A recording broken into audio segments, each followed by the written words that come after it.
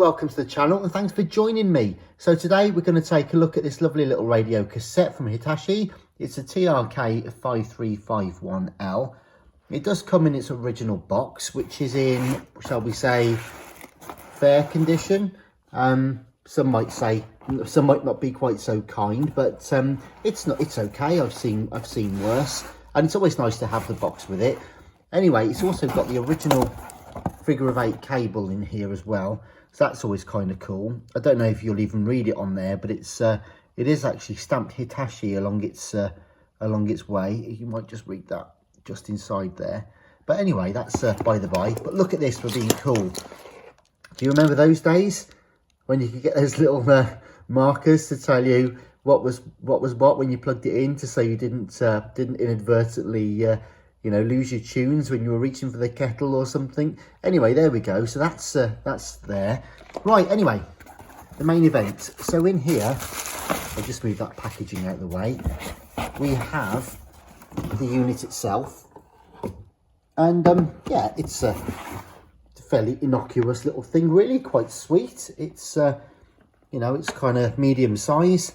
And there we go. So it's fairly tidy. Look, you've got the three wavelengths. You've got medium wave, long wave, and of course your FM as well along there.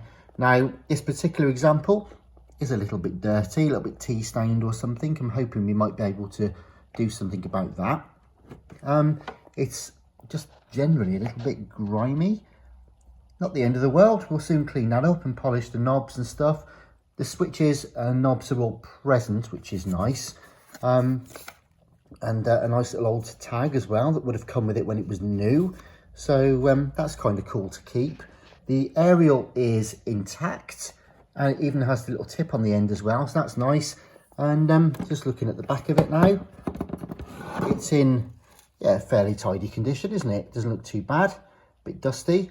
It's even, if I'm gentle and lie that down there, even got the old little plug to block off one of the external ports.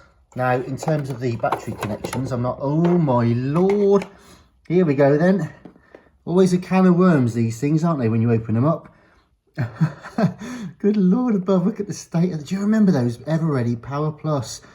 Crikey.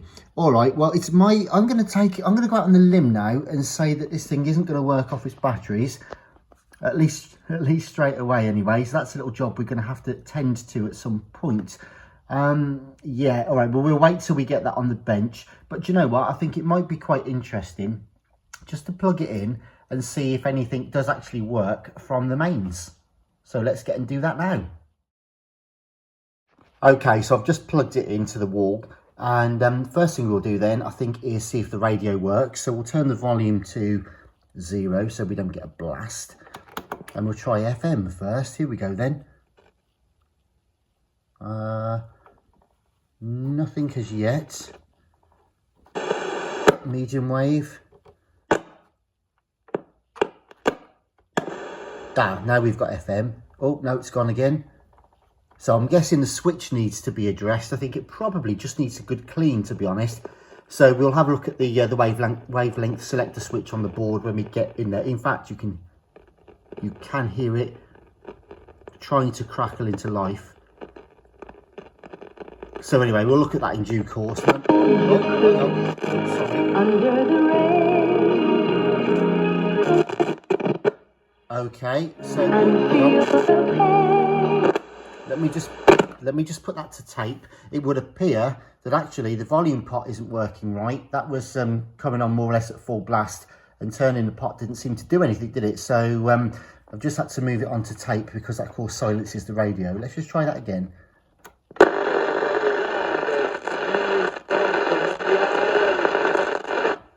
Yeah, that's a dodgy connection. The way that is, the fact that it's inoperative and intermittent like that would tend to suggest it's probably more like a dry joint. See, if you get a bit of grit or dirt actually in the potentiometer, you'll tend to find it's in the same sort of place, but this is all over the place at the moment. So it might just be a dirty pot, but I'm guessing it could even be a dry joint on the actual board. So see, it's not turning the volume down. Okay, so anyway, so we've got dodgy radio, probably a dirty switch inside. We've got a volume pot that's at least dirty, or possibly even got a dry joint on it. No, well, actually, we'll try the tone just quickly.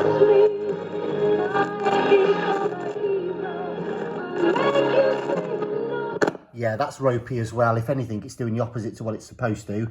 So that needs a darn good clean. Right then, that's the radio sorted, and that's not looking good.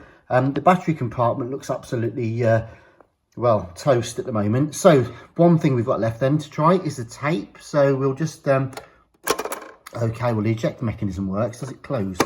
Yep. All right, so we know the tape mechanism works. So let's just try, let's put a cassette in. In fact, no, we won't. First thing we'll do is, I don't want it eating my tape. So first thing we'll do is press play and see if it's actually working first. Okay, well that's promising, and there's some resistance there. Fast forward and rewind. Seem to work. Oh, you never know, we might have struck lucky here. Hang on, let's just put a cassette in and see what happens.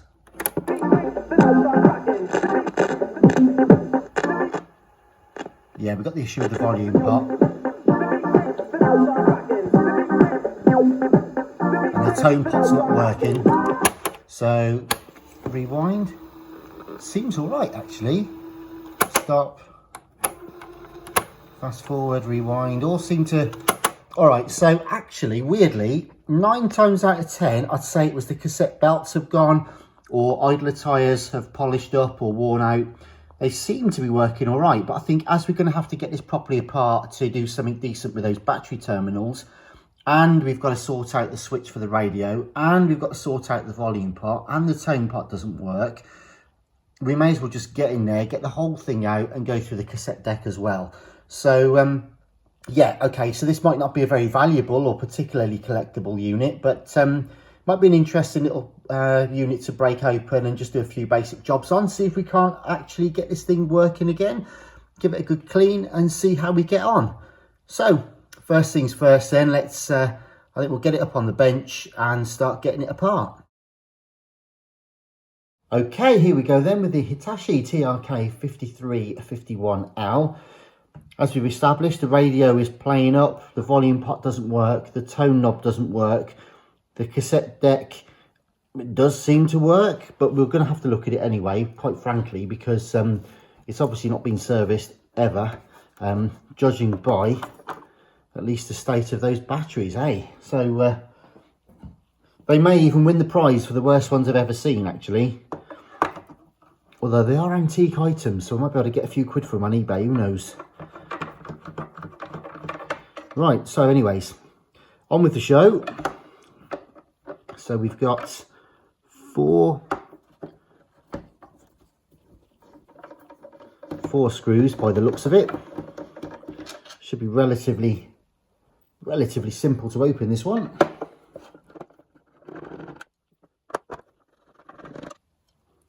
So there we go, 4 screws the same, none hidden away under the aerial, possibly some in the battery compartment, but yeah, in fact there is no other way of doing this really. Let's just get these out.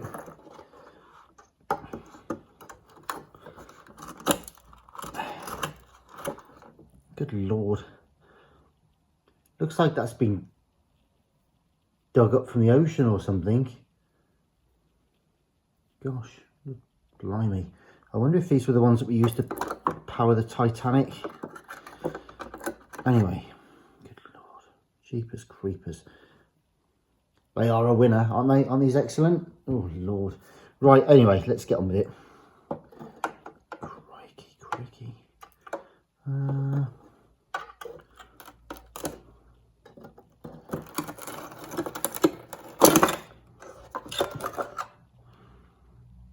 Three and 4. So, right. Well, they are absolutely hideous. I've got to say, actually, the actual battery terminals, oh, that's a lot of dust. a lot of rust. Don't look too bad. Don't know if you can even see in there. Yes, they're corroded, but actually I think the rust, the corrosion's the steel plates, hopefully on the battery more than anything else. We do need to remove the knobs first, so let's just get those away. Okay, and will this one come off? Not necessarily. You have to be careful. Sometimes some of these switches do pull away, some of them don't. Okay, well that one's come away from the actual actuator on the board now. I can feel that it's loose. How do we get this out?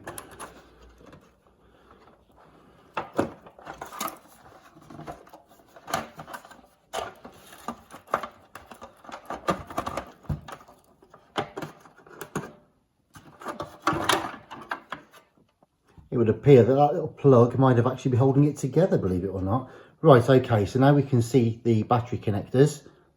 As I say, they are considerably corroded. However, I have seen worse on the actual terminals.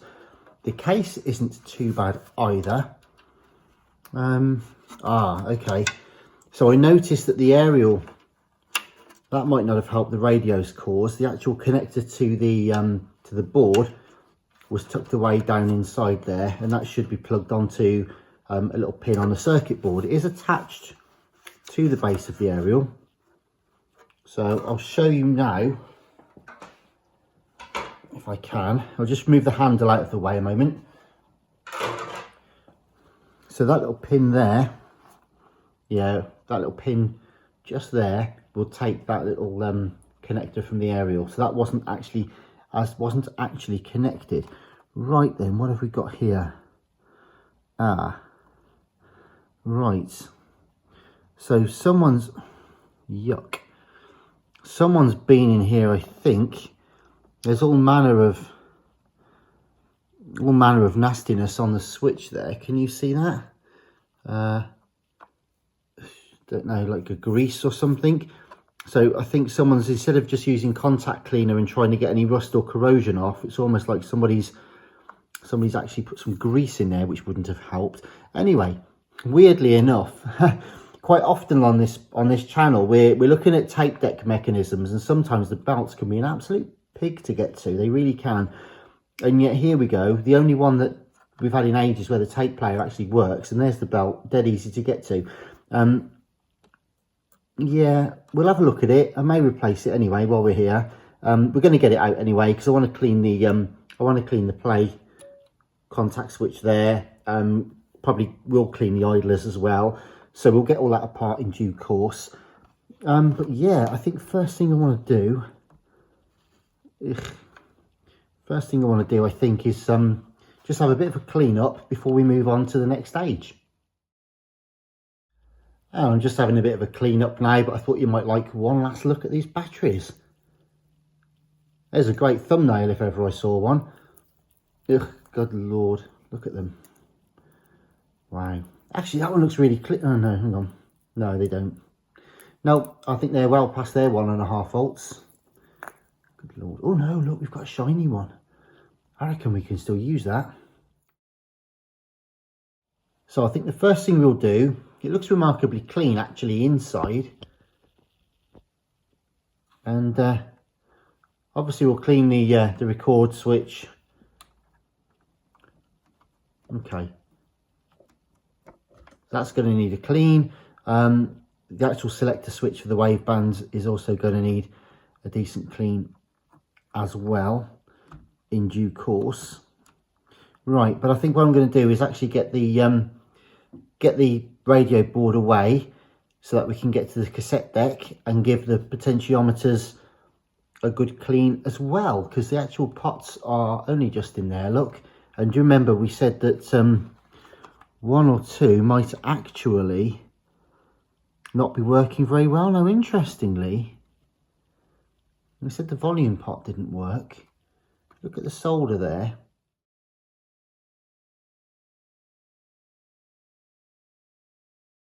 Okay, so I'm just going to cut away these little tags. We'll put some new ones in afterwards. But the board, this is the extra slack that they will have given us to remove the board. So there's a screw here. We'll try this one. And there's one here.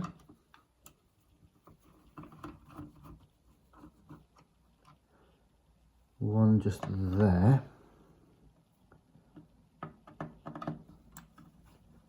I'm just looking around as I'm doing this to see if we've missed any more.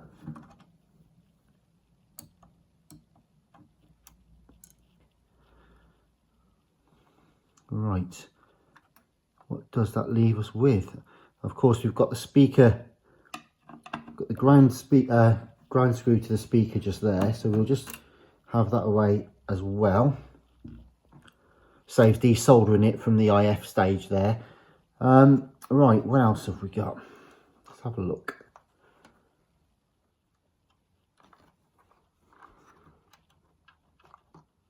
Okay, just needed wiggling gently from the tuner. Being careful not to overstretch anything here. Just show you the rear of the board.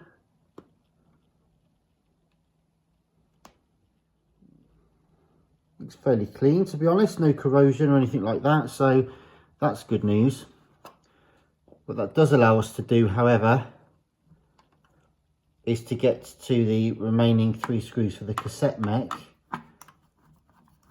So we'll just get this one out here, and the one from the corner, which you may not see from just behind the board there. Now this one, interestingly, also is the earth.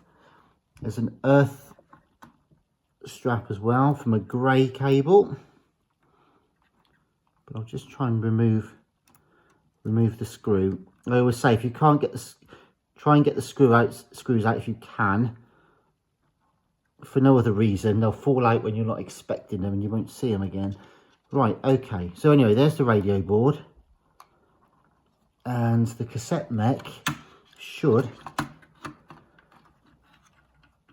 come out as well.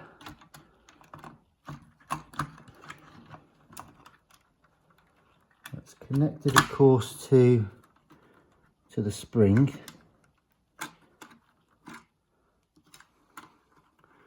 We can get that out.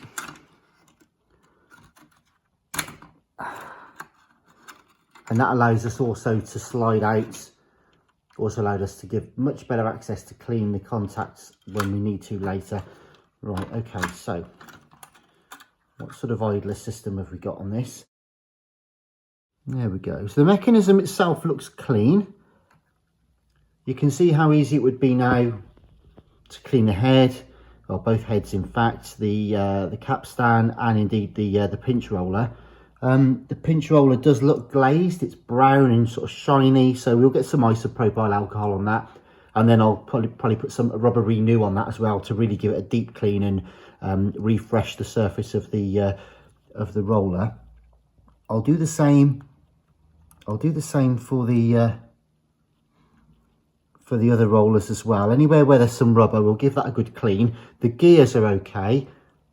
We can see that the gears are haven't lost any teeth. They're in good condition for their age anyway. So yeah, so we'll revitalise any of the rubber, clean the heads, polish up all the battery contact surfaces, clean the potentiometers. Yeah, and then I reckon that might be all we need to do. I'll see if I've got another belt. This is quite a large one, and actually it looks like it's still working okay. So I think I might actually try and clean these potentiometers first. So let's just see if it makes any difference at all.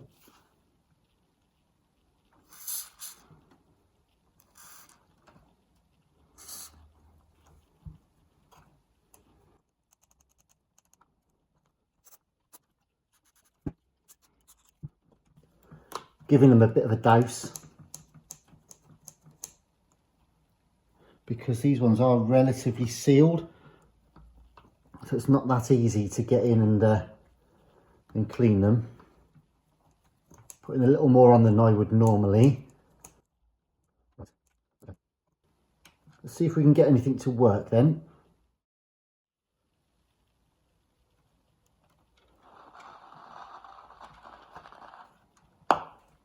Okay, well, something's working. So I'm just going to clean a couple more of the switches first.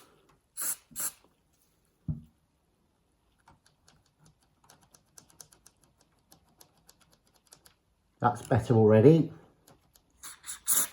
And again, this one was pretty disgusting, so we are gonna do this with a, let's do this by hand. Let's flush out all that rubbish and grease.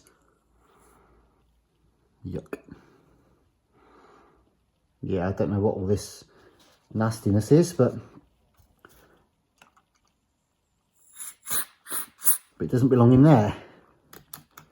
Right, so there's your FM. There's your other bands. And that, of course, will be your tape. And it does sound as though we've got a signal on all now.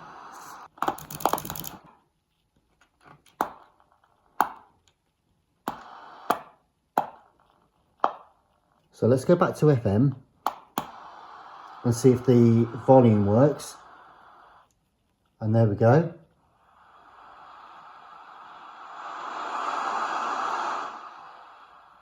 We've now gone from 0 to modest amount to full sweep.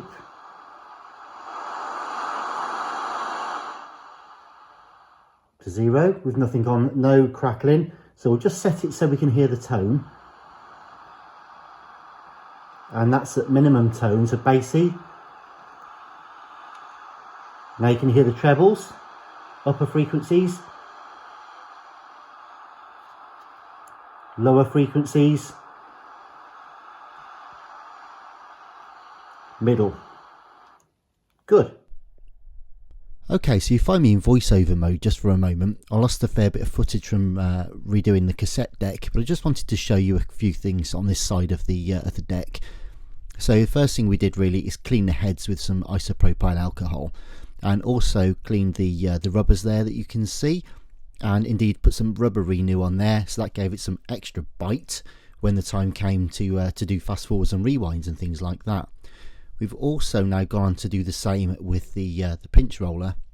You can see that the pinch roller itself was pretty grimy. It had a lot of glaze on there, so by getting some isoprop and indeed some rubber renew on there, they've given some nice clean surface with some decent bite back to the pinch roller, and that'll help the tape to be pulled through nice and briskly without any form of slippage. But you can see the amount of grime that's coming off. I got through 2 or 3 Q-tips doing this, but it was definitely well worth it. So then we move on to the belt side of things. We get a better look in just a second, but you can see the screw just there for the sort of bearing plate. So we just remove that one. The belt is slipped off of its pulleys there, but of course it can't be removed until we remove that screw. So we need to just get that one out first. Then we can withdraw the belt from the gap between the back of the flywheel and the bottom of that plate that we're just on there. And so here's a closer look at it with the screw removed. You can see now also that we've got the access to the pulleys there. So what we'll do is run some isopropyl alcohol along those grooves just to clean the surface up. And the red one there is just where we put a drop of oil on the capstan, well, on the motor spindle, just to help that move freely. So now everything's back on. The belt's got quite a simple belt path just there. You can see that back on. And we're just putting that screw back into the plate and just running the belt a few times. Make sure that it's not twisted and that it's not too pressured, so that it's running freely and smoothly. So all it remains now is to clean the battery contacts, and we've got some acidic sort of lemon juice and lime juice and contact cleaner and stuff like that, and just started to give that a scrub. So once they're clean enough, we'll start to put the cassette mechanism back in. And that really is just a case of just testing that it's running okay, and lining it up and putting the original screws back in, as you can see here. Next job then is to put the radio board back on, and the only thing really to look out on this is to line up the tuning capacitor. So just make sure that the groove in the back of that lines into the tuning needle. As long as you haven't messed with anything since you took the board out, it should line straight back up, and just gently press that back into place and affix it with the original screws. Finally there, we're just putting the earthing wire back onto the speaker, and that's just that single screw back there, like a flange screw that came out. So that's all that we need to do to get the actual innards back together. Now it's time to get back on and give it a clean. And so with that, we're back to myself. Right, it's all bolted back together, so we'll just give it a try now. And volume.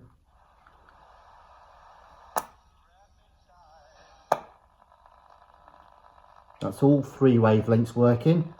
And tape, and if we press play, which I believe is that one, then you can see, well, hopefully you probably can't really see the belt moving because it's running nice and true. Yeah, good stuff. Stop. What have we got? Fast forward and rewind. Marvellous. Right, okay, so I think all that remains is to give it a clean and get it back together again.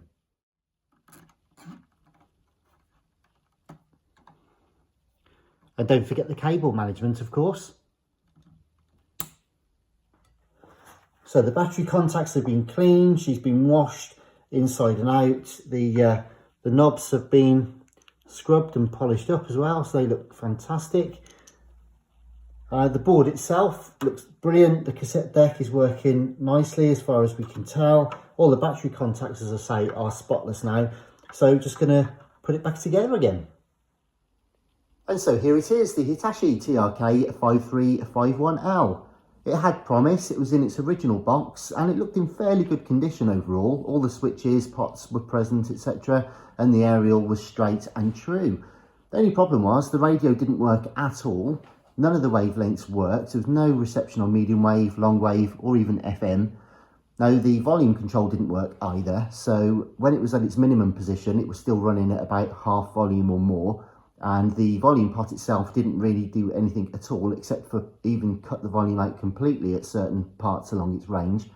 The tone pot didn't work either. So there was absolutely zero effect on the bass or treble for the EQ for the radio. In fact, it needed a bit of a clean, but the only thing that did seem to work for a change was the cassette mechanism.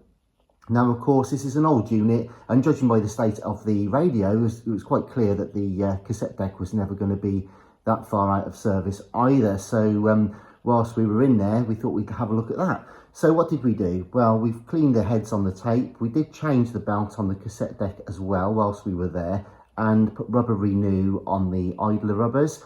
Also, give it a general sort of clean inside, cleaned the capstan, lubricated the motor shaft, all that kind of thing. Now, we also did give the switches and pots a really good clean, so we've restored life to the wavelength bands, and we've also improved, in fact, completely fixed the performance of the volume and the tone controls. So let's take a quick look at that now then. So we've got it on the radio position there, and I'll just tune it a little bit. So that's FM, and you can hear there's no crackle now on the volume. That's only on a tiny amount of volume. It's actually quite a powerful little unit, to be fair, but you can hear that that's working. So then we'll move across to a medium wave and see if we can actually get something on that as well. There we go, there's medium wave. And long wave. Easy as that, and you can hear there's no crackle or pop between the settings either, which is fantastic. Now the switch is clean. So onto tape then, and we'll press play now. There we go. Play. And fast forward, rewind. Everything's working beautifully. And if I change the tone control, bassy, and more trebly and bright. There we go. So we've also polished the aerial, given it a really good clean, cleaned all of the external knobs and pots as well. And all fantastic and working a treat. Now, here's the thing. You may remember that there was an issue with the battery compartment, and what's best of all about all of this, if I turn it around now, yep, all of that I just did was running straight from the batteries. And you may remember, these are the ones that literally came out of that exact unit. So it just goes to show what's possible with a bit of TLC and some elbow grease. So there we go then. That's the TRK-5351L from Hitachi that's literally really been saved from the dump. The radio didn't work, the tape was probably out of service, and the batteries, let's just say, have probably seen better days. So there we go. I hope you've enjoyed the video. Please do subscribe, hit the notifications bell. We'll be back with updates. We've got loads of boom boxes, we've got 8-track players, we've got personal stereos, all kind of stuff that we're working on. So if you like your vintage kit and your restorations and a bit of 80s nostalgia and 70s nostalgia, then do please check out more videos on the channel. And I'll be back soon. Thanks again. Bye-bye.